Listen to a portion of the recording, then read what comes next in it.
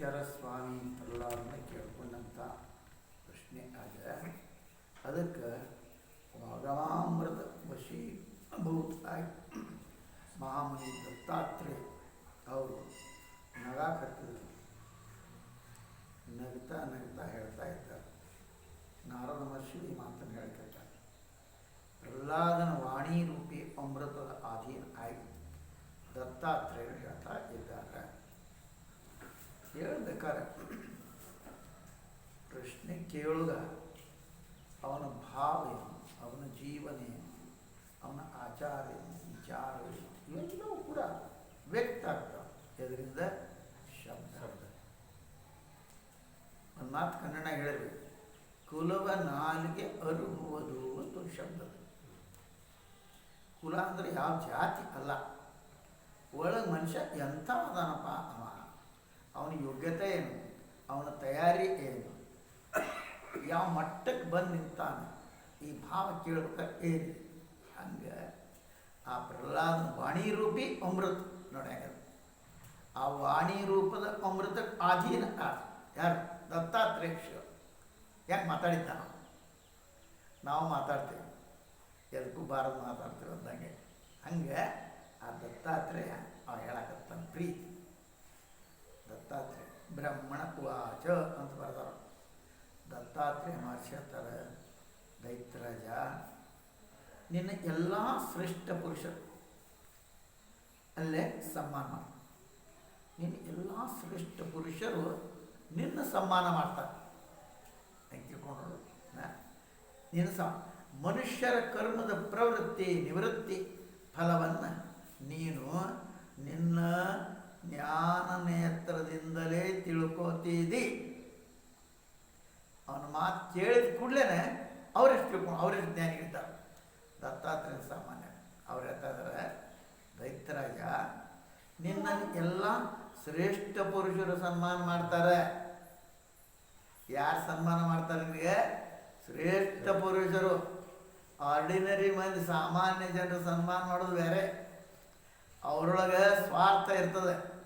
ಏನು ಚಲೋಪ್ಪ ಅಂದು ಕಾಲು ಬಿದ್ದು ಕಾಲುಂಗ್ರ ಉಜ್ಜಿಕೊಳ್ಳೋದು ಇರ್ತೈತೆ ಅವರಿಗೆ. ಅದಕ್ಕೆ ನಮಸ್ಕಾರ ಮಾಡ್ತಾರೋ, ಭಕ್ತಿ ಭಾರ ಇಲ್ಲ. ಆದರೆ ಯಾವಾಗ ಶ್ರೇಷ್ಠ ಪುರುಷರು ಅವ್ರು ನಿನ್ನ ಸನ್ಮಾನ ಮಾಡ್ತಾರೆ ಅಂತಂದ್ರೆ ನಿನ್ನ ಯೋಗ್ಯತಾ ಎಂಥದ್ದಪ್ಪ, ನೀನು ಎಷ್ಟು ಯೋಗ್ಯತಾವಾನದಿ ಅದನ್ನು ಹೇಳಿಕ. ನಿನ್ನನ್ನು ಎಲ್ಲ ಶ್ರೇಷ್ಠ ಪುರುಷರು ಸರ್ ಎಲ್ಲ ಶ್ರೇಷ್ಠ ಪುರುಷರು ನಿನ್ನ ಸನ್ಮಾನ ಮಾಡ್ತಾರೆ. ಯಾಕಂದರೆ ವೇದದ ಅಸುರ ಶ್ರೇಷ್ಠ ಭವಾನ್ನಾವಾರ್ಯ ಸಮ್ಮತಃ ಇಹೋ ಪರ ಮಯೋ ನೃಣ ಪದಾನಿ.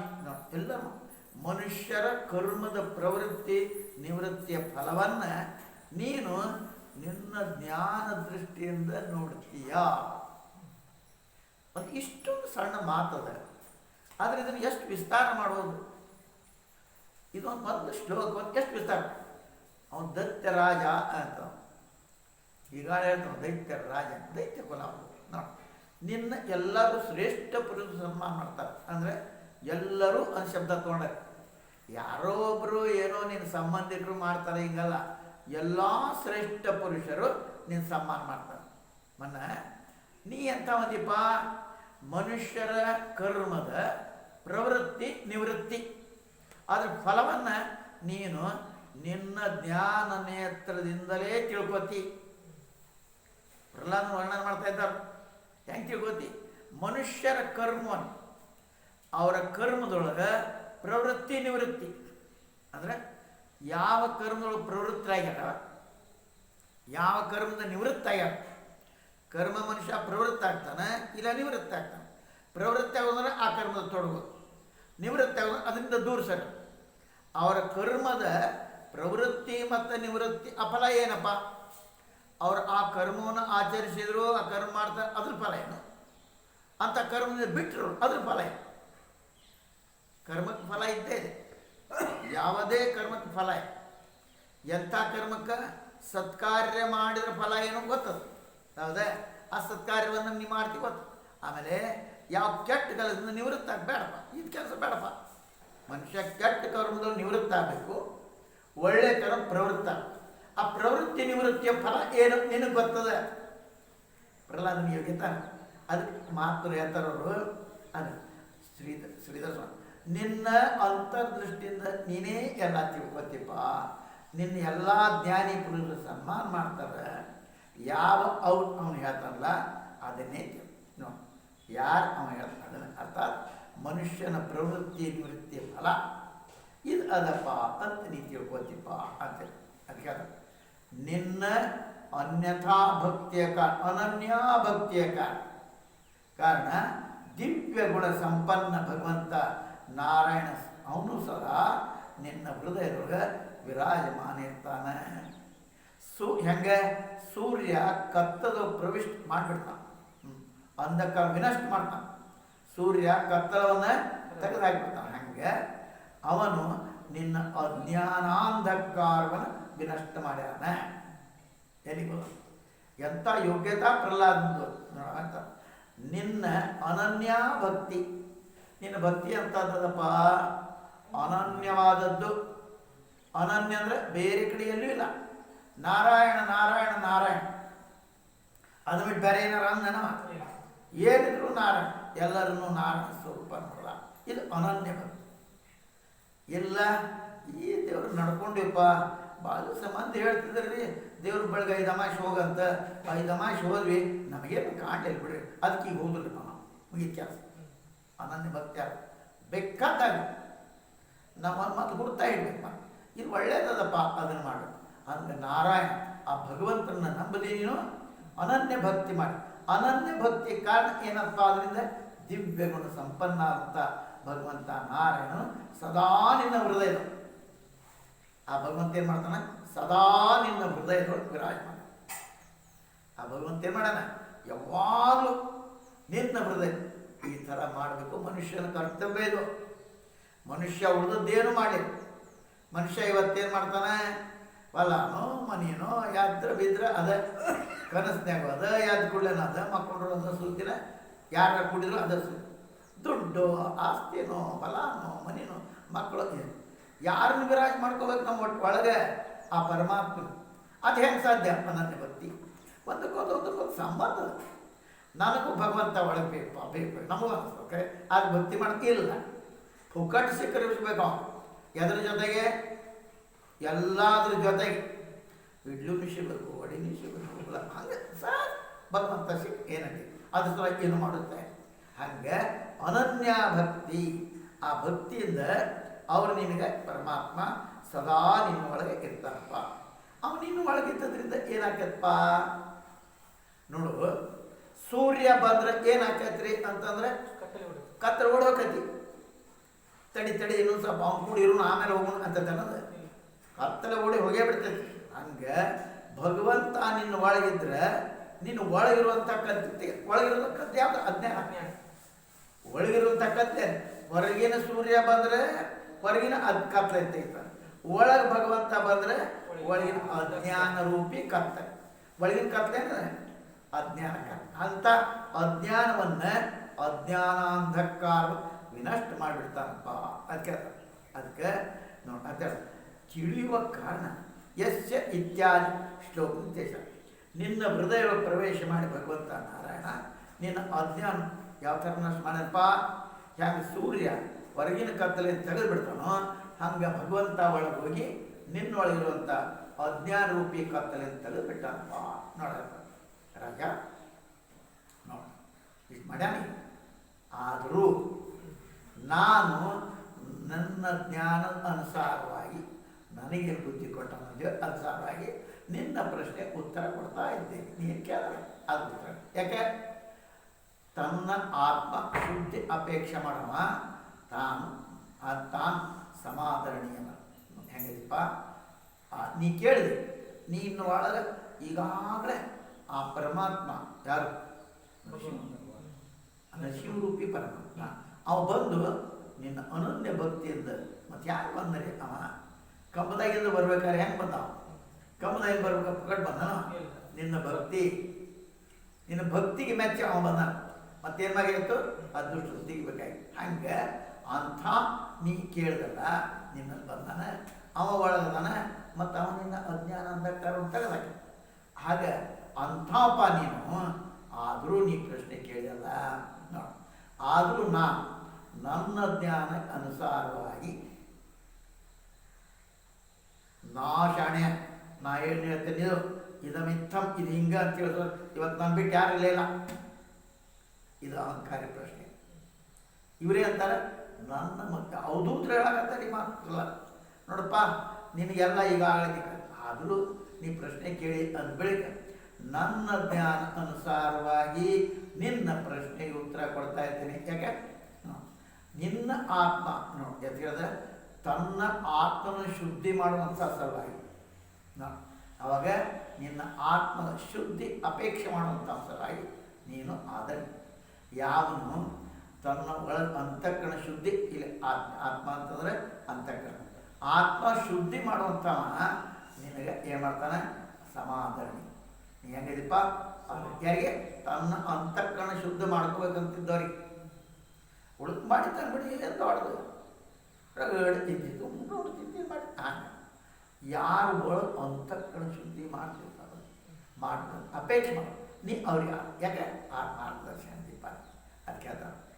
ಅವ್ರು ಹೇಳ್ತಾರೆ ನೋಡಿ ಸಂಸಾರದ ಪ್ರವಾಹ ಎಲ್ಲಿ ಹೇಳ್ತಾರೆ, ಸಂಸಾರದ ಪ್ರವಾಹಗಳು ಹಾಕುವಂಥ ತಥಾ ಇಚ್ಛಾನುಸಾರ ಭೋಗ ಪ್ರಾಪ್ತಿ ಇರುವಂಥದ್ದು ಅಷ್ಟಾದಾಗ್ಯೂ ಕರ್ಮವನ್ನು ಮಾಡುವಂಥ ತೃಷ್ಣ ಅದು ನಾನು ಅನೇಕ ಇವನಿಯೊಳಗಾಯ್ತು ಇಂಥ ಗತಿಯ ಇಂಥ ಸಂಸಾರ ಪ್ರವಾಹಗಳು ಹಾಕುವಂಥ ತಥಾ ಇಚ್ಛಾನುಸಾರ ಭೋಗ ಪ್ರಾಪ್ತಿ ಮಾಡ್ತಾ ಇರುವಂಥದ್ದು ಸೇರಿ ಹೆಂಗಿದ್ದೆ ನಾನು ಈ ಸಂಸಾರ ಪ್ರವಾಹ ಹರಿತ ಜೋರ ಅದರ ಹಾಕುವಂಥ ಮತ್ತು ಇಚ್ಛಾನುಸಾರ ಭೋಗ ಪ್ರಾಪ್ತಿ ಮಾಡಿಕೊಂಡಾಗ ಕರ್ಮವನ್ನು ಮಾಡುವಂಥ ತೃಷ್ಣ ಆಶಾ ಅದರಿಂದ ನನಗೆ ಅನೇಕ ಯೋನಿಗಳು ಭಗವಂತ ಏನು ಮಾಡ್ತಾನಪ್ಪ, ಇದು ಬೇಕಾ ಈ ಯೋನಿಗೂ, ಇದು ಬೇಕಾ ಈ ಯೋನಿ ಮಕ್ಕಳಾಡ್ತೀಯ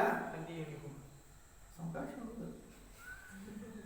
ರಕ್ತ ಹೀರ್ಬೇಕಂತೀಯ, ಥಕ್ತನ ಮಾಡ್ಬೇಕಂತೀಯ, ಅಲ್ಲಿ ಓಡಾಡ್ಬೇಕಂತೀಯ.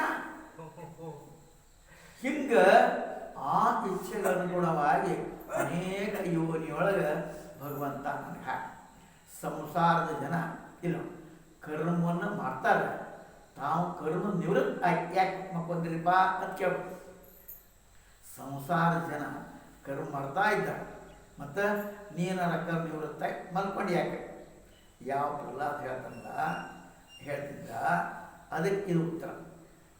ಇವೆಲ್ಲ ಕರ್ಮ ಎಲ್ಲ ಮಕ್ಕೊಂಡ್ರಿ ನಾವು 4 ದತ್ತಾತ್ರೇಯ ಮನುಷ್ಯ ಸಂಸಾರ ಚಕ್ರ ಪ್ರವೃತ್ತಿಡುವಂಥ ತೃಷ್ಣ ಯಥೋಚಿತ ಇಚ್ಛಾನುಕೂಲ ನೋಡಿ ಭೋಗ ಪೂರ್ಣ ಆಗಿಲ್ಲ ಆಗಿ ನೋಡಿ ಅವನಿಗೆ ಸಂಸಾರ ಚಕ್ರ ಪ್ರವೃತ್ತಿ ಇಡುವಂಥ ತೃಷ್ಣ ಆಶಾ ಅದು ಬೇಕು ಇದು ಬೇಕು ಅನ್ನೋದು ಇಚ್ಛಾನುಕೂಲ ಭೋಗ ಪೂರ್ಣ ಆಗುವುದಿಲ್ಲ. ನೀನೇನೇನು ಬೇಕಂತಿಪ್ಪ ಬರ್ತೈತೆ ನಿನಗೆ ಇಲ್ಲ ಬರ್ತೈತಿ ಯಾವಾಗ ನಿನ್ನ ಪ್ರಾರಂಭಗಳು ಅದು ಇರಬೇಕು, ನೀ ಇಚ್ಛಾ ಮಾಡು ಅವಾಗ ಗಪ್ಪ ಮತ್ತೆ ನೀ ಪ್ರಾರಂಭದೊಳಗೂ ಐತಿ, ನೀ ಇಚ್ಛಾ ಮಾಡಿ ಬರ್ತೇನೆ. ಆದರೆ ನೀ ಇಚ್ಛಾ ರಗಡೆ ಮಾಡ್ತೀಪ್ಪ, ನಿನ್ನ ಪ್ರಾರಂಭದೊಳಗಿಲ್ಲ ಬರ್ತೈತಾನೆ ಅದು ಬರು ಪೂರ್ಣ ಆಗೋದಿಲ್ಲ. ಅದಕ್ಕೆ ಅದ್ರ ದ್ವಾರ ಕರ್ ಮಾಡ್ತಾ ಇರುವಂಥ ನಾನು ಅನೇಕ ಯೋನಿಯೊಳಗೆ ಪ್ರವೇಶ ಮಾಡ್ತೀನಿ. ಒಂದಲ್ಲ ಎರಡು ಕೊಟ್ಟಿ ಬಾರದ ಯೋನಿ ಎಷ್ಟು ತಿರುಗಿದೋ ಎಷ್ಟು ತಿರುಗಿ 84 ಲಕ್ಷ ಯೋನಿ ಅಂದ್ರೆ ಶಾಸ್ತ್ರ ಹೇಳ್ತಾವ. ಸಮರ್ಥ ರಾಮದಾಸರು ಹೇಳ್ತಾ ಗೊತ್ತ, ಒಂದೊಂದು ಯೋನಿ ಒಳಗೆ ಕೋಟಿ ಕೋಟಿ ಫೇರ, ಏಕ ಯೋನಿ ಕೋಟಿ ಕೋಟಿ ಫೇರ. ಒಂದು ಯೋನಿ ಒಂದೇ ಸಲ ಬಂದಿಲ್ಲ, ನೀ ಎಷ್ಟು ಸಲ ತಿರುಗಿಯೋ 4 ಜನ ಮತ್ತೆ ಮತ್ತೆ ಹಂಗೆ ಪ್ರವೇಶ ಮಾಡಿದಪ್ಪ. ಅದಕ್ಕೆ ಕರ್ಮವೇ ಭ್ರಮನ್ ಯದೃಚ್ಛಯ ತನ್ನ ಕರ್ಮದ ಅನೇಕ ಯೋನಿ ತಿರುಗ್ತಾ ಇರುವಂಥ ನಾನು ದೈವವಶ ಮನುಷ್ಯ ಯೋನಿಗಳ ಜನ್ಮ ತಗೊಂಡೆ. ತನ್ನ ಕಥೆ ಹಾಕಿ ಅನೇಕ ಯೋನಿಗಳ ತಿರುಗಾಡ್ತಾ ನಾನು ದೈವವಶ ಇದು ಮಾಡಿ ನೆನ್ಪಿಟ್ಟು ಏನೋ ಇದು ನಾವೇನು ಈ ಮನುಷ್ಯ ಜನ್ಮಕ್ಕೆ ಬಂದೇವಿ, ಇದು ಏನೋ ನಮ್ಮ ಪ್ರಯತ್ನ ಅಂತ ತಿಳ್ಕೊಬೇಡಿ. ಮತ್ತು ಮನುಷ್ಯ ಏನು ಬರ್ಬೇಕಾದ್ರೆ ನಾಲ್ಕು ಪ್ರಯತ್ನ ತಿಳ್ಕೊಬೇಡ, ಹುಚ್ಚನಂಗೆ ಮಾಡಕ್ಕೆ ಹೋಗಬೇಡ. ಪರಮಾತ್ಮ ಹೋಗ್ಲಿ ಪಾಪ ಎಷ್ಟು ತಿರುಗಾಡ್ತದಪ್ಪ, ಎಷ್ಟು ಇವನಿಗೆ ಬಂತು, ಇದೊಂದು ಮನುಷ್ಯ ಜನ್ಮ ತಗೊಂಡು ಪಾರಾಗಿ ಹೋಗೋದಂಗೆ ಕೊಟ್ಟಾನಿದ್ದಾನೆ ಅಂದ್ಬಳಿಕ ಅವನ ಕೃಪಾ ಇದು. ಭಗವಂತನ ಕೃಪೆಯಿಂದ ನನಗೆ ಈ ಜನ್ಮ ಬಂದೆ. ಯಾವುದು ಎಂಥ ಶ್ರೇಷ್ಠ ಏನು ಬಂದಂತೆ ಅದು ಗೊತ್ತಾಗಿತ್ತು ನಮಗೆ. ಇದು ಎಷ್ಟು ಶ್ರೇಷ್ಠ ಅದೂ ಗೊತ್ತಿಲ್ಲ, ಯಾರಿಂದ ಬಂದ ಅದು ಗೊತ್ತಿಲ್ಲ, ಕಲ್ಪನಾ ಇದ್ದಾನೆ. ಅದಕ್ಕೆ ನಾವು ಇದು ಸದುಪಯೋಗ ಮಾಡ್ಕೊಳ್ತಾ ಇಲ್ಲ. ಬರೀ ಹೆಣ್ಸೋ ಮಕ್ಕಳು ತಿನ್ಸೋ ಉಣಿಸೋ ಅದು ಮಾಡಕ್ಕೆ. ಅದಕ್ಕೆ ಮನುಷ್ಯ ಯೋನಿ ಅಂತ ಇದು ಯೋನಿ ನೋಡಿ. ಇದೆಂಥ ಯೋನಿದಪ್ಪ, ಯಾವುದು ಮನುಷ್ಯ ಜನ್ಮ. ಸ್ವರ್ಗ ಮೋಕ್ಷ ತಿರ್ಗ ಯೋನಿ, ಮನುಷ್ಯ ಯೋನಿ ಪ್ರಾಪ್ತ ದ್ವಾರ. ಏನು ಮಾಡ್ತೀಪ, ಈ ಸ್ವರ್ಗಕ್ಕೂ ಹೋಗೋದು, ಸ್ವರ್ಗನೂ ಬೇಡ ನರಕನೂ ಬೇಡ ಅಂತೇಳಿ ಮೋಕ್ಷಕ್ಕೂ ಹೋಗು. ತಿರ್ಯ ಯೋನಿ ಮನುಷ್ಯ ಯೋನಿ ಪ್ರಾಪ್ತ ದ್ವಾರ ನೋಡಿ. ಇಲ್ಲಿಂದ ನೀವು ಹೋಗೋದು. ಯಾಕೆ ಪುಣ್ಯ ಕರ್ಮ ಮಾಡಿದಾಗ ಸ್ವರ್ಗಕ್ಕೆ ಹೋಗು, ಪಾಪ ಕರ್ಮ ಮಾಡಿದಾಗ ಪಶು ಪಕ್ಷಿ ಯೋನಿ. ಪುಣ್ಯ ಪಾಪ ಎರಡೂ ಪ್ರಮಾಣ ಮಾಡಿದ್ರು ಮನುಷ್ಯ ಯೋನಿ ಪ್ರಾಪ್ತ ಆಗ್ತೈತಿ. ಮತ್ತು ನಿವೃತ್ತ ಆದಾಗ ಯಾವುದೂ ಬೇಡ. ಅರ್ಥಾತ್ ನೀ ಎಲ್ಲ ಕರ್ಮವನ್ನು ಸ್ವಾಭಾವಿಕ ಮಾಡ್ತಾ ಇರ್ತೀಯ, ಪಾಪ ಕರ್ಮ ಮಾಡೋದೇ ಇಲ್ಲ. ಪಾಪ ಕರ್ಮವನ್ನು ಮಾಡೋದೇ ಇಲ್ಲ, ಪುಣ್ಯ ಕರ್ಮವನ್ನೇ ಮಾಡ್ತಾ ಇರ್ತಿ. ಪುಣ್ಯ ಕರ್ಮವನ್ನು ಮಾಡಿದ್ರು ಕೂಡ ಭಗವಂತ ನಾ ಮಾಡೇನ ಅನ್ನುವಂಥ ಕರ್ತೃತ್ವದ ಅಭಿಮಾನ ಇಲ್ಲ, ಫಲ ಬೇಕು ಅಪೇಕ್ಷೆ ಇಲ್ಲ, ಫಲ ಬೇಡ. ಈ ರೀತಿ ಇರೋದ್ರಿಂದ ಈ ಪರಮಾತ್ಮ ಇದೆಲ್ಲ ನಿಂತು ಪದಿಯಂ ವಸ್ತು ಗೋವಿಂದ. ಪರಮಾತ್ಮ ನಾ ಇದನ್ನು ಮಾಡಿದೆ, ಯಾವುದು ಒಳ್ಳೆ ಕೆಲಸ ಮಾಡ, ನೀ ಶಬಾಷಿಯಲ್ಲಿ ಕೊಡ್ತೀವಿ ಖರೆ, ಏನು ಚಲೋ ಕೆಲಸ ಮಾಡ್ತಾನೆ, ಏನು ಚಲೋ ಕೆಲಸ ಮಾಡ್ತಾನೆ ಶಬಾಷಿಯಲ್ಲಿ ಕೊಡ್ತೀವಿ. ಆದರೆ ಪರಮಾತ್ಮ ನನಗೂ ಗೊತ್ತೈತಿ ನಿನಗೂ ಗೊತ್ತೈತಿ, ಇದು ಈ ಮನುಷ್ಯನ ಕೊಟ್ಟವ್ರೆ ಅಲ್ಪ ನೀ ಕೊಟ್ಟಿ, ಯಾವುದೇ ಇದರ ಅಕ್ಕಲ್ ಹಾಕು, ಬುದ್ಧಿವಂತಿ ಹಾಕಿ ನೀನು, ಬುದ್ಧಿವಂತಿರ ಹಾಕಿ. ಆ ಬುದ್ಧಿವಂತಿ ಬೆಳೆಸಲು ಯೋಜನೆ ಮಾಡಿದಾಗ ನೀನು ಅಂಥ ವ್ಯವಸ್ಥೆ ತಂದಿಟ್ಟಿನಿ. ನನಗೆ ಶಾಸ್ತ್ರ ಕೇಳುವಂಥ ಅವಕಾಶ ಕೊಟ್ಟು, ಶಾಸ್ತ್ರ ಹೇಳುವಂಥವ್ರನ್ನ ತಂದು ಕೊಟ್ಟು, ಒಳ್ಳೆ ಗ್ರಂಥಗಳನ್ನ ಹೇಳಿದ್ದು ಇವನ್ನೆಲ್ಲ ಕೇಳೋಂಥ ಅವಕಾಶ ಕೊಟ್ಟರೆ ಅದರಿಂದ ನಾನು ತಯಾರತ್ತು ಒಂದು ಗುಣ, ಒಳ್ಳೆ ಗುಣಗಳ ತಯಾರು. ಅಂದ ಬಳಿಕ ಆ ಒಳ್ಳೆ ಗುಣವಾದ ಪುಣ್ಯ ಕೆಲಸ ಮಾಡ್ತಾನೆ.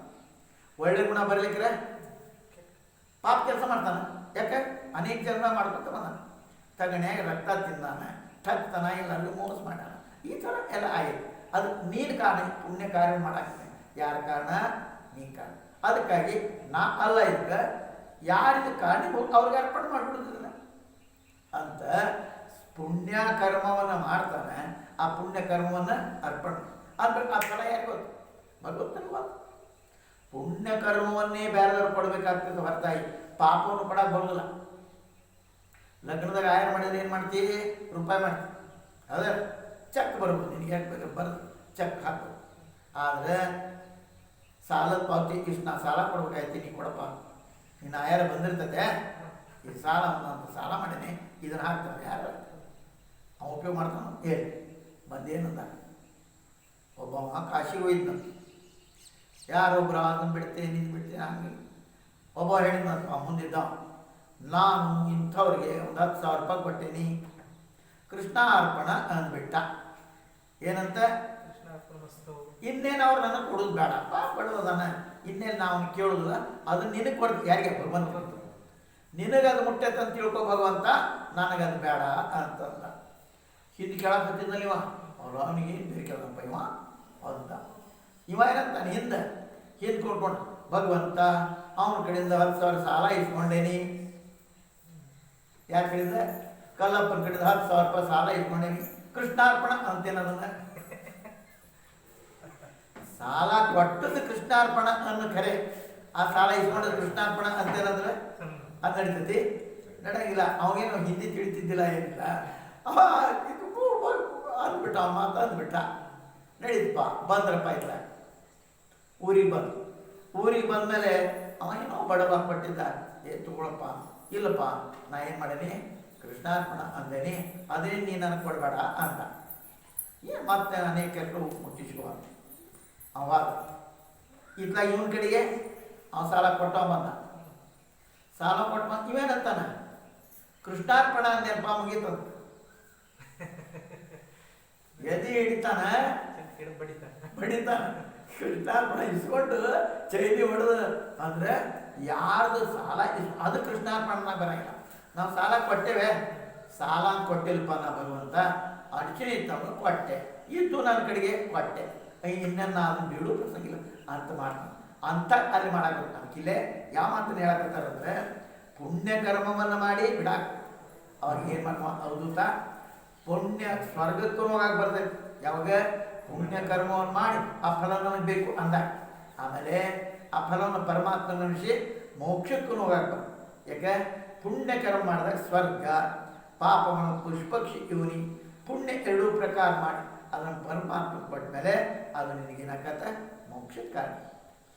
ಈ ಮನುಷ್ಯ ಜನ್ಮ ಏನು ಬೇಕಾದ್ರೆ ಮಾಡಕ್ಕೆ ಮೂರು ಮಾಡಬೇಕು. ಪುಣ್ಯ ಮಾಡಿ ಇದಕ್ಕಿಂತ ಉತ್ತಮ ಯೋನಿಗೆ ಹೋಗಿ ಅರ್ಥಾತ್ ಮುಂದಿನ ಯೋನಿ ಒಳಗೆ ಇದಕ್ಕಿಂತ ಚಲೋ ವ್ಯವಸ್ಥೆ ಇನ್ನೊಟ್ಟು ಮಸ್ತ್ ಪೈಕಿ ಶಾಸ್ತ್ರ ಕೇಳೋದು ಬಹುತೇಕ ಮಠಾದಿ ಶಾಸ್ತ್ರ ಅಂತ.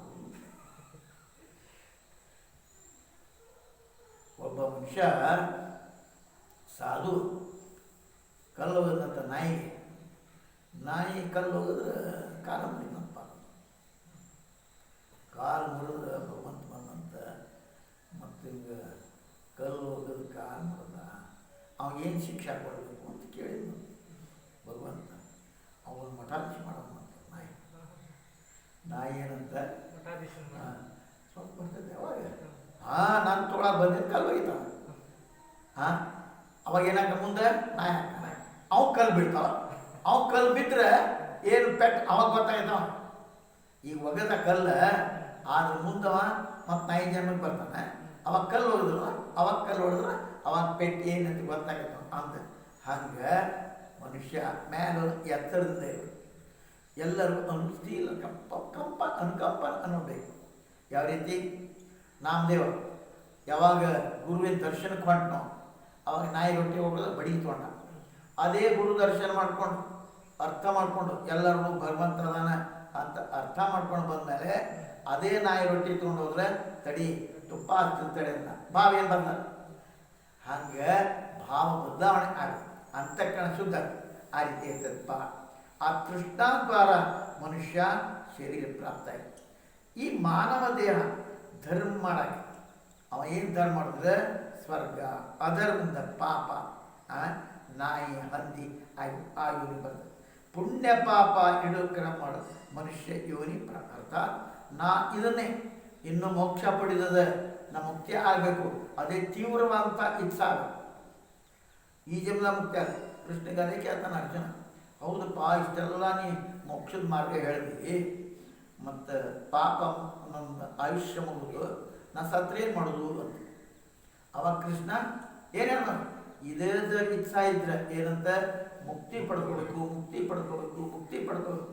ಆ ಇಚ್ಛಾ ಇದ್ರೆ ಮುಂದಿನ ಶುಚೀನಾಂ ಶ್ರೀಮತಾಂ ಯೇ ಯೋಗಿನಾಮೇವ ಕುಲೇ ಭವತಿ. ಏನಾರ ಆಕ್ಯತ್ಪ ನಿನಗೆ, ಏನಾರ ಆಕ್ಯತ್ ನಾವು ಅವು ರಸ ಕಡಿಗೆ ಬೇಡ ಅಂತಾರೆ. ಬೇಡ ಯಪ್ಪ ಇವ್ರ ಕೈಯಾಗೇನೆ ಬರುತ್ತೆ, ಓಡಿ ಬರ್ತೀವಿ ಮಠಕ್ಕೆ. ಅವಾಗೇನಾಗೈತಿ ಶಾಸ್ತ್ರ ಕೇಳ ಸಿಕ್ತು. ಮತ್ತೊಂದು ನಿಮ್ಮ ಅಣ್ಣನ ಲಗ್ನ ಮಾಡ್ಕೊಂಡಿದ್ರೆ ಇಲ್ಲ ಬರ್ತಿದ್ವಿ ಅದನ್ನ ಹೇಳ್ತಾರೆ. ಏನೇ ಆದರೂ ಇದು ಅವಕಾಶ ಬೇರೆ ಕಾರಣ ಇರ್ಬೋದು, ಇಲ್ಲೇ ಹುಟ್ಬೋದು, ಮತ್ತೊಂದು ಆಗ್ಬೋದು, ಅದು ಯಾವುದರ ನಿಮಿತ್ತಿಂದ ಇಲ್ಲಿ ಬರ್ತಿ ಅನ್ನುವಂಥ ಕೃಷ್ಣನ ಮಾತಿಲ್ಲ. ಯಾವುದರ ನಿಮಿತ್ತಿಂದ ಬರ್ತಿ, ಅದು ಬಂದ ಮೇಲೆ ಇದು ಭಾಳ ಅವ ಏನೋ ಹಾಕ ಇಲ್ಲಿ ವ್ಯವಸ್ಥೆ ಮಾಡ. ಇಲ್ಲಿ ಬಂದಮೇಲೆ ಅವಾಗ ಇಲ್ಲಿ ಬಂದರು ಒಳ್ಳೆ ಕೆಲಸ ಹಚ್ಚಾರ, ಹೋಗಿ ಕುಂತಾರ, ಅಲ್ಲೇನೇ ಹೋಗಿ ಮುಂಜಾನೆ ಲವನ ಆ ಕಡೆ ಕೊಡೋರು ಶಾಸ್ತ್ರ ಕೇಳೋ ಅಲ್ಲೇ ಕೊಡಬೇಕು. ಆರಾಮ್ ಚೈನಿ ಮಾಡ್ಕೊತ ಕುಂತ್ರಾತಿಲ್ಲೇ ಅಂತಂದ್ರೆ ಬೇಕಾದ್ರೆ ವೀಟ್ಲಿ ಬರ್ತಾವ, ದೇವ್ರನ್ನ ವೀಟ್ಲಿ ಬರ್ತಾವ, ಆರಾಮ್ ತಿಳ್ಕೊಂಡು ಮಕ್ಕೊಡ್ರಪ್ಪ, ಆರಾಮ್ ಮಕ್ಕೊಡೋದು ಏಟ ಅದನ್ನು ನೋಡ್ಬೇಕಪ್ಪ. ಹಿಂಗೆ ಮಾಡಿದ್ರೆ ಈ ಯೋನಿಗೆ ಭಗವಂತ ಕೊಟ್ಟದ್ದು ಏನಾಯ್ತ ಅಯ್ಯೋ ಅಂತಾನ.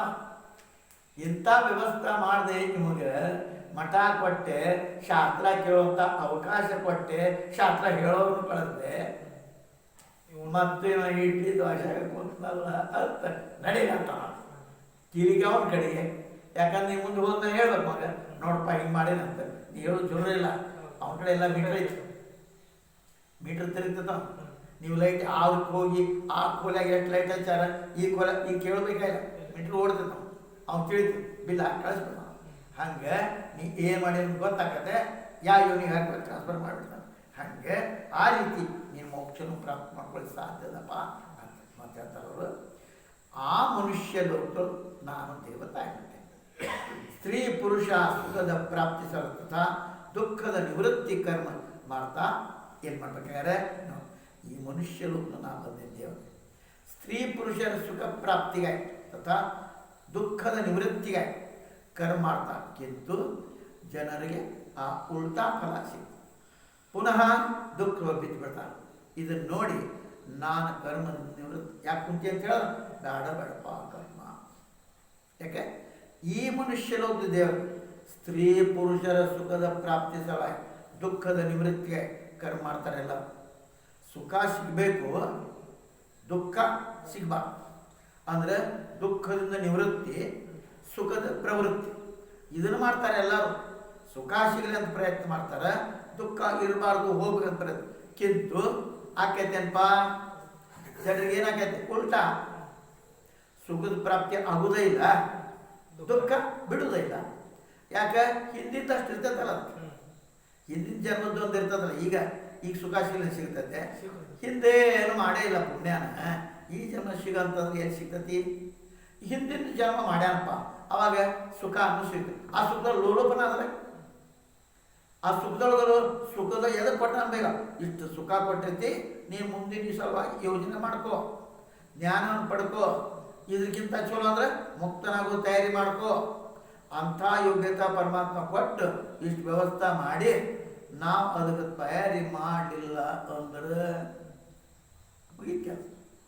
ದೊಡ್ಡ ಮ್ಯಾನೇಜರ್ ದೊಡ್ಡ ಮ್ಯಾನೇಜರ್ ತನ್ನ ಕಾರ್ಯ ಹೇಳ್ತಾನೆ ನೌಕರಿಗೆ, ತಮ್ಮ ನೀನು ಬೆಂಗಳೂರಿಗೆ ಹೋಗಿ ದಿಲ್ಲಿಗೆ ಹೋಗಿ ಒಂದು ಕೆಲಸ ಮುಗಿಸ್ಕೊಂಡು ಬಂದೆ, ಫಸ್ಟ್ ಕ್ಲಾಸ್ ಪಾಸ್ ತಗೋ, ಪಾಸ್ ತೆಗಿಸಿಟ್ಟೇನೆ, ರಾತ್ರಿ 1 ಗಂಟೆ ಕಾರ್ಕೊಂಡು ಹೋಗಿ ಸ್ಟೇಷನ್ ತನಕ, ಮನೆಗೆ ಹೋಗಿ ಏನು ಅರ್ಬಿ ತಗೋ, ಒಂದು ದಿವಸ ವಾರಪ್ಪ ಯಾವುದು ಫಸ್ಟ್ ಕ್ಲಾಸ್ ಟಿಕೆಟು ಅಲ್ವಾ, ರಾತ್ರಿ 1 ಗಂಟೆ ಟ್ರೈನ್ ಬರ್ತೈತಿ, ಅಲ್ಲಿ ವಿಶ್ರಾಂತಿ ತಗೋ ಸರ್ ತೊಗೊಂಡಪ್ಪ, ಫಸ್ಟ್ ಕ್ಲಾಸ್ ಕಾರ್ ಗಾಡೆ ಹೋದ, ಅಲ್ಲಿ ಮಕ್ಕೊಂಡ.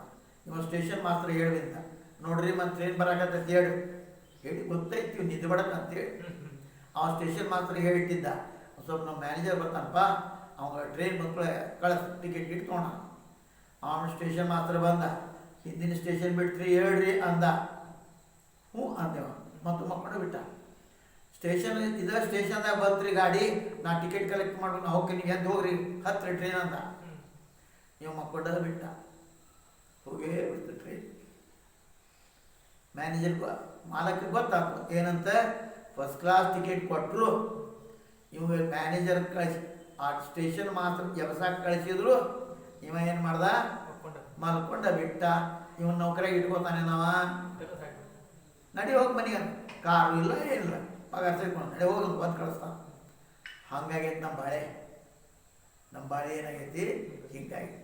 ಮನುಷ್ಯ ಜನ್ಮ ಕೊಟ್ಟ, ಮನುಷ್ಯ ಜನ್ಮ ಅಂದ್ರೆ ಫಸ್ಟ್ ಕ್ಲಾಸ್ ಟಿಕೆಟ್ ಇದು, ಮನುಷ್ಯ ಜನ್ಮ ಕೊಟ್ಟ, ಶಾಸ್ತ್ರ ಕೇಳೋ ವ್ಯವಸ್ಥೆ ಮಾಡ್ದ, ಇಟ್ಟಿಟ್ಕ ಎಚ್ಚರ ಮಾಡೋ ಸ್ಟೇಷನ್ ಮಾಸ್ಟರ್ ಬಂದ. ಯಾರು? ಶಂಕರಾಚಾರ್ಯ ಬಂದರು. ಕಾಮ ಕ್ರೋಧಶ್ಚ ಲೋಭಶ್ಚ ದೇಹೇ ತಿಷ್ಠಂತೆ ತಸ್ಕರಾಃ ಜಾಗೃತ ಯಾತ್ರಾಪ ಮತ್ತು ಶಂಕರಾಚಾರ್ಯ ಹೇಳಿದ್ರು ಯಾತ್ರಾಗು ಅಂತ ಹೇಳಿದ್ರು. ನಿಜಗೊಂಡ್ರು ನೋಡಿದ್ರು, ದುರಿತ ಕರ್ಮವಲ್ಲದಿರು ಪುಣ್ಯವನೇ ಮಾಡು, ಇಷ್ಟೆಲ್ಲ ಹೇಳಿದ್ರಪ್ಪ. ಇಷ್ಟು ಹೇಳಿ ನೀವು ಮಕ್ಕೋತೇವೆ ಅಂದರೆ ಮುಂದಿನ ಜನ್ಮ ಕೊಡ್ತಾನೆ ನಡಿ ಅಂತ ಅವಾಗ ಮಾಲಕ್ಕೆ ಹೊರಗೆ ಹಾಕಿ ನಾವು ಬಡ್ದು. ಹಂಗೆ ನಿನಗೂ ಈ ಉಂಡು ಮಕ್ಕೊಂಡೆ ಅಂದರೆ ಮತ್ತು ಇಡ್ಲಿ ಸಿಕ್ಕು, ದ್ವಾಸೆ ಸಿಕ್ತು, ಪರಿ ಸಿಕ್ತು, ಉಂಡು ಮಕ್ಕೊಂಡೆ ಅಂದರೆ ಬಡ ಬಡದು ಏನೂ ಸಿಗಲಾರ್ದು ನೌಕರಿ ಮಾಡ್ತಿರ್ತಾರ. ನೌಕರಿ ಚಲೋ ಮಾಡ್ದ, ಚಲೋ ಪ್ರಮೋಷನ್ ಕೊಡ್ತಾರೆ. ಕೆಟ್ಟ ಮಾಡಾಕತ್ತಂದ್ರೆ ನೀರಲ್ಲಿ ದೂರಿಗೆ ಹಾಕ್ತಾರೆ, ನೀರು ಕೂಡು ಬೆಟ್ಟ ಆಗಬಾರ್ದು ಹಾಕ್ಲಿ ಅಂತಾರೆ. ಅದಕ್ಕೆ ಭಗವಂತ ನೋಡಿ ದುಃಖ ದೂರ ಮಾಡ್ಕೊಳ್ಳೋ ಪ್ರಯತ್ನ ಮಾಡ್ತಾರೆ, ಅದು ದುಃಖ ಬಿಡುವುದಿಲ್ಲ. ಸುಖ ಬರಲಿ ಅಂತ ಪ್ರಯತ್ನ ಮಾಡ್ತಾರೆ, ಸುಖ ಬರ್ಬೋದು. ಯಾಕೆ ಹಿಂದಿನ ಅದಕ್ಕೆ ಅಂಥ ಒಂದು ಅದಕ್ಕೆ ನಾ ಸುಖನೂ ಬೇಡ ದುಃಖ ಬೇಡಪ್ಪ ಅಂತೇಳಿ ಕರ್ಮದ ನಿವೃತ್ತಿ ಆದೆಪ್ಪ. ಕೇಳಿದ್ನಲ್ಲ ಪ್ರಹ್ಲಾದ್ ಕೇಳ ಎಲ್ಲಪ್ಪ ಎಲ್ಲರೂ ಏನಾರ ಮಾಡ್ಯಾರ ನೀನು ಸುಮ್ಮನೆ ಮುಕ್ಕೊಂಡು ಬಿಟ್ಟಲ್ಲ ಅದಕ್ಕೆ ನಿವೃತ್ತ ಆತ್ಮ ಸುಖ ಸ್ವರೂಪ. ಇಲ್ಲಿ ಆತ್ಮ ಹೆಂಗದಪ್ಪ? ಸುಖ ಸ್ವರೂಪ, ಸದ್ರೂಪ, ಚಿದ್ರೂಪ, ಆನಂದ ರೂಪ, ಸುಖ ಸ್ವರೂಪ.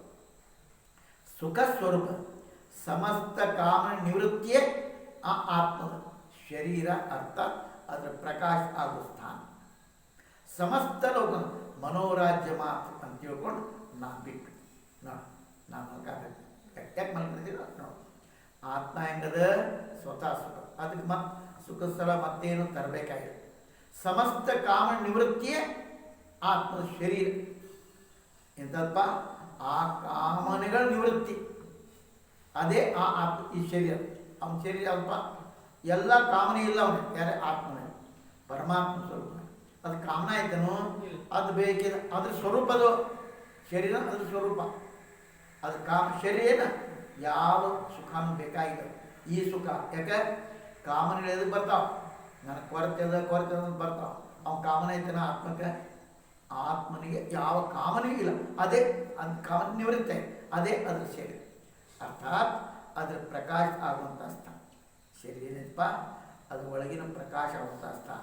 ಸಮಸ್ತ ಲೋಕ ಮನೋರಾಜ್ಯ ಮಾತು ಅಂತ ತಿಳ್ಕೊಂಡು ಇದೆಲ್ಲ ಏನೈತಪ್ಪ? ಇದೆಲ್ಲ ಮನೋರಾಜ್ಯ. ಇದೆಲ್ಲ ರಾತ್ರಿ ಕೇಳ್ತೇನೆ. ಇದೆಲ್ಲ ಏನದ? ನಾಟಕ, ಮನಸ್ಸಿನ ಕಲ್ಪನೆ ಅದ ಇದು. ಅದರಿಂದ ಇದೆಲ್ಲ ನಡೆದೈತಿ. ಹಂಗೆ ಅಂಥೇಳಿ ನಾ ಇದೇನು ಬೇರೆ ಅವಶ್ಯಕತೆ ಇಲ್ಲ ನಮಗೆ. ಅದಕ್ಕೆ ಶ್ರೀಧರ ಸ್ವಾಮಿಗಳು ಬರೀತಾರೆ.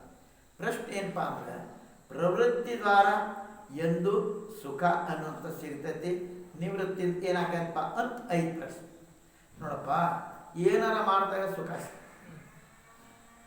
ಸುಮ್ಮನೆ ಕುಂತ್ರೆ ಶಿವುದಿಲ್ಲಪ್ಪ. ಇದು ಪ್ರವೃತ್ತಿ ಮಾರ್ಗ ಹೇಳುವಂಥದ್ದು. ನೋಡು, ನಹಿ ಸುಪ್ತಸ್ಯ ಸಿಂಹಸ್ಯ ಮುಖೇ ಪ್ರವಿಶಂತಿ ಮುರಾಹ ಉದ್ಯಮೇನ ಸಿದ್ಧಂತಿ ಕಾರ್ಯಾಣಿ ನ ಮನೋರಥೈ. ಗೊತ್ತಾಯ್ತು? ಯಾಕೆ ಮಾಡ್ಕೊಂಡು ಅಲ್ಲೂ ಏನಾರ ಮಾಡ್ಬೇಕಪ್ಪ. ಮತ್ತು ಕರ್ಮಣ್ಯವಾಧಿಕಾರ ಮತ್ತು ಮಕ್ಕೊಂಡ್ರೆ ಹೆಂಗೆ ಅಂತ ಪ್ರಶ್ನೆ ಅದ. ಸುಖವೂ ಸಿಗ್ತಿದೆ, ಅದು ನಿವೃತ್ತಿ ಏನಾಗ್ಯದಪ್ಪ? ಅದಕ್ಕೆ ಉತ್ತರ ಕೊಡ್ತಾರೆ, ಸುಖರ ಆ ಜೀವನ ಸ್ವರೂಪವೇ.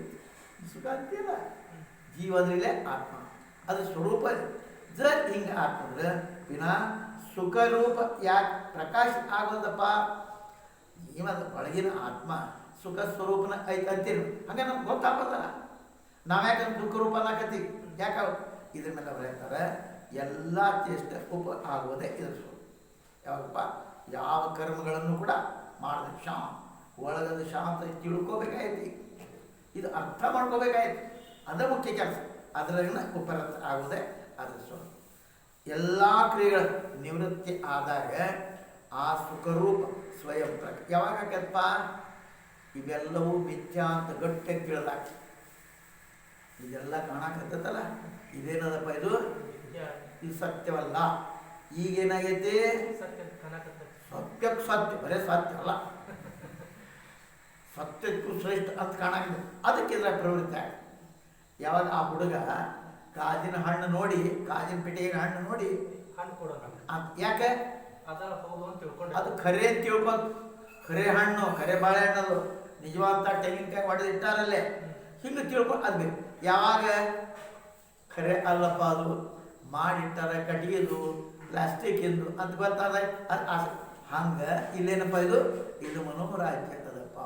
ಇದ್ರೊಳಗೆ ಯಾವ ಸುಖ ಅನ್ನೋದು ನಾವು ಹುಡುಕ್ತೇವಲ್ಲ, ಈ ಸುಖ ಇಲ್ಲ ಅದು ಯಥಾರ್ಥ ಗೊತ್ತಾದಾಗ ಆ ಜ್ಞಾನ ಬರುತ್ತೆ, ಆ ಸುಖರೂಪ ಪ್ರಕಾಶ.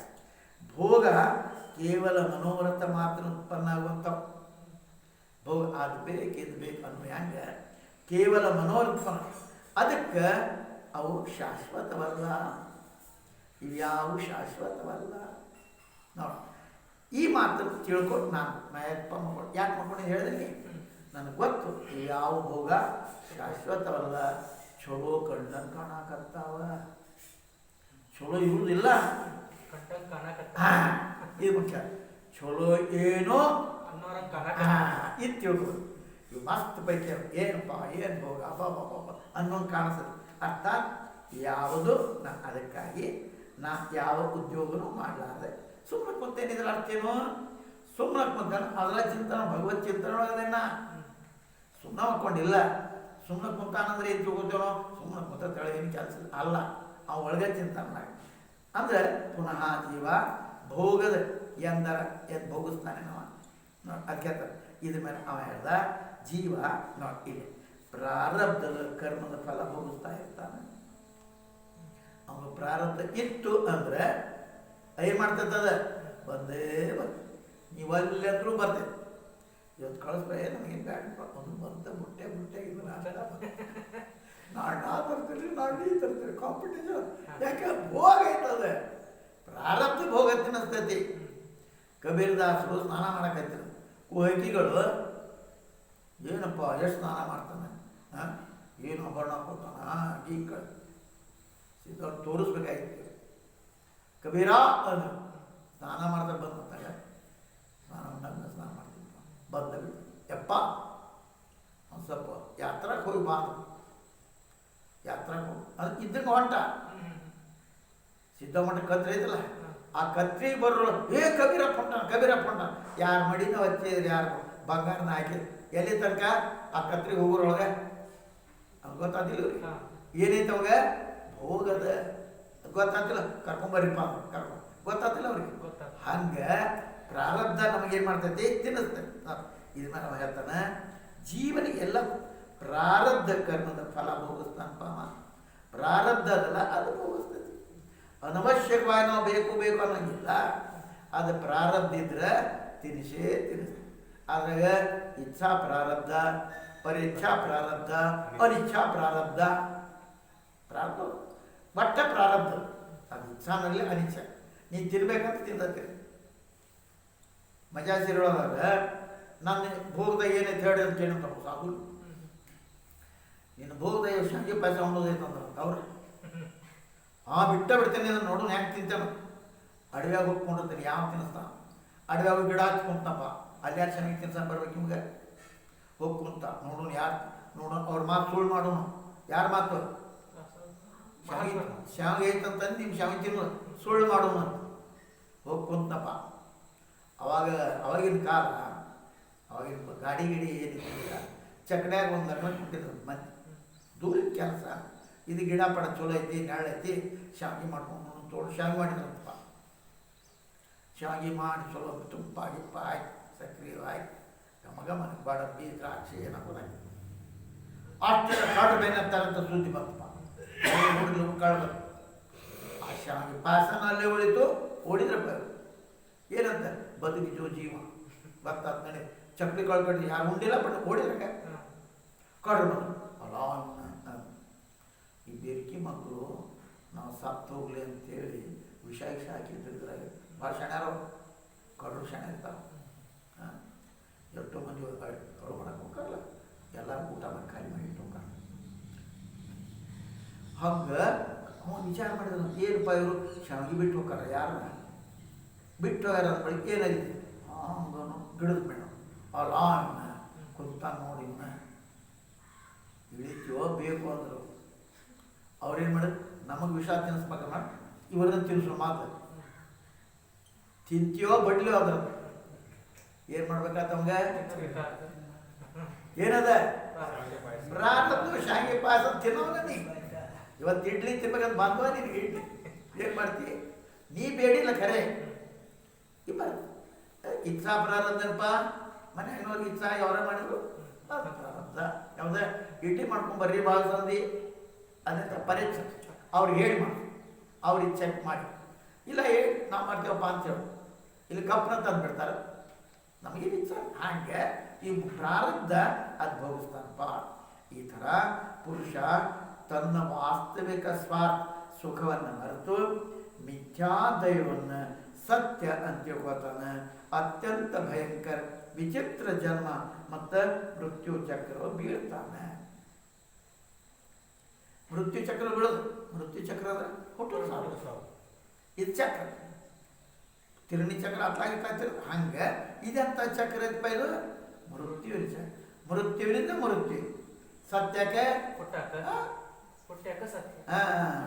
ಹಂಗೆ ಅದು ಆ ಚಕ್ರ ಎದಕ್ಕಪ್ಪ ಹಂಗಾರೆ ವಾಸ್ತವಿಕ ಸುಖ ಮರೆತು ಮಿಥ್ಯಾದ್ವೈತವನ್ನೇ ಸತ್ಯ ಅಂತ ತಿಳ್ಕೊಂಡ.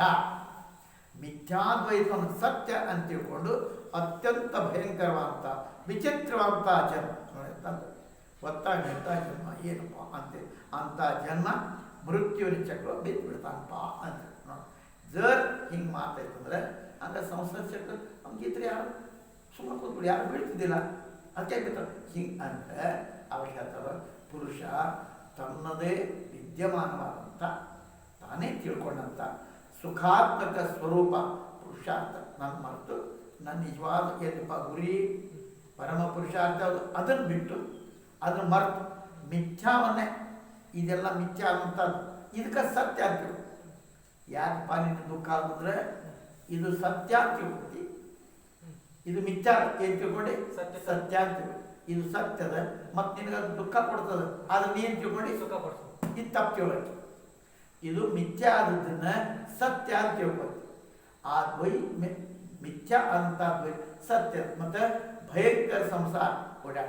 ಯಾಕೆ ಅದರ ಸುಖತ್ವ ಬುದ್ಧಿ, ಸತ್ಯತ್ವ ಬುದ್ಧಿ, ಸುಖದ ಇದು ಸತ್ಯದ ಅನ್ನೋದು ಎರಡನೇದು ಸುಖ. ಅದರಿಂದ ಬೆನ್ನಾಗ್ತಾನೆ ಮತ್ತು ಪಾಪ ಕರ್ಮ ಮಾಡ್ತಾನೆ, ಮಾಡಿ ಮಾಡಿ ಮಾಡಿ ಮಾಡಿ ಮತ್ತೇನೋ ಅದಾಗತ್ತೆ. ಯಾಕೆ ಇದ್ರಾಗ ಬೀಳ್ತಾನಪ್ಪ ಅನ್ನೋದು ಕೇಳ್ತಾರ. ಮತ್ತು ಇಷ್ಟೆಲ್ಲ ಗೊತ್ತಾದ್ರೆ ಸಂಸಾರ ಯಾಕೆ ಬೀಳ್ಬೇಕು ಇವ ಈಕೆ ಬೀಳ್ತದೆ. ಇದು ಸತ್ಯ ಅಂತ ತಿಳ್ಕೊಂಡ ಮತ್ತು ಇದು ಸುಖ ಕೊಡ್ತದ, ಅದರಿಂದ ಬೆನ್ನತ್ತದ, ಪಾಪ ಪುಣ್ಯ ಮಾಡಾಕತ್ತದ. ದುಡ್ಡನ ಸುಖ ಕೊಡ್ತೈತಿ ಅಂತ ಮಾಡೋದು ಎಷ್ಟು ಮಾಡಿದ್ರಪ್ಪ. ಈ ಬಿಲ್ಡಿಂಗ್ ಯಾರು ಅಂತ ಕೇಳಿ ಬೆಂಗಳೂರಿನ ಎಷ್ಟೋ ಬಿಲ್ಡಿಂಗ್ ದೊಡ್ಡ ದೊಡ್ಡ ಬಿಲ್ಡಿಂಗ್ ಸರ್ ಅವನ ಹೆಸರು ಹೇಳಿದ್ರು ಅವನ ಅಂತೇಳಿ ಏನು ಮಾಡ್ತಾನೆ ಕಮ್ಮಿ ಅಂತ ಹೋಗ್ತಾನೆ. ಹಂಗೆ ಮನುಷ್ಯ ತಪ್ಪಿ ಮಿಥ್ಯಕ್ಕೆ ಸತ್ಯ ಅಂತ ತಿಳ್ಕೊತಾನೆ, ದುಃಖಕ್ಕೆ ಸುಖ ಅಂತ ತಿಳ್ಕೊತಾನೆ. ಇದಕ್ಕೆ ಅಜ್ಞಾನ ಅಂತ. ಅಜ್ಞಾನ ಅಂದ್ರೇನು? ಸುಖಕ್ಕೆ ದುಃಖಕ್ಕೆ ಸುಖ ಅಂತೀವಿ, ಅಜ್ಞಾನಕ್ಕೆ ಜ್ಞಾನ ಅಂತೀವಿ. ಇದಕ್ಕಪ್ಪ ಅಂತಾರೆ ಅಂತ ಹೇಳ್ತಾರೆ.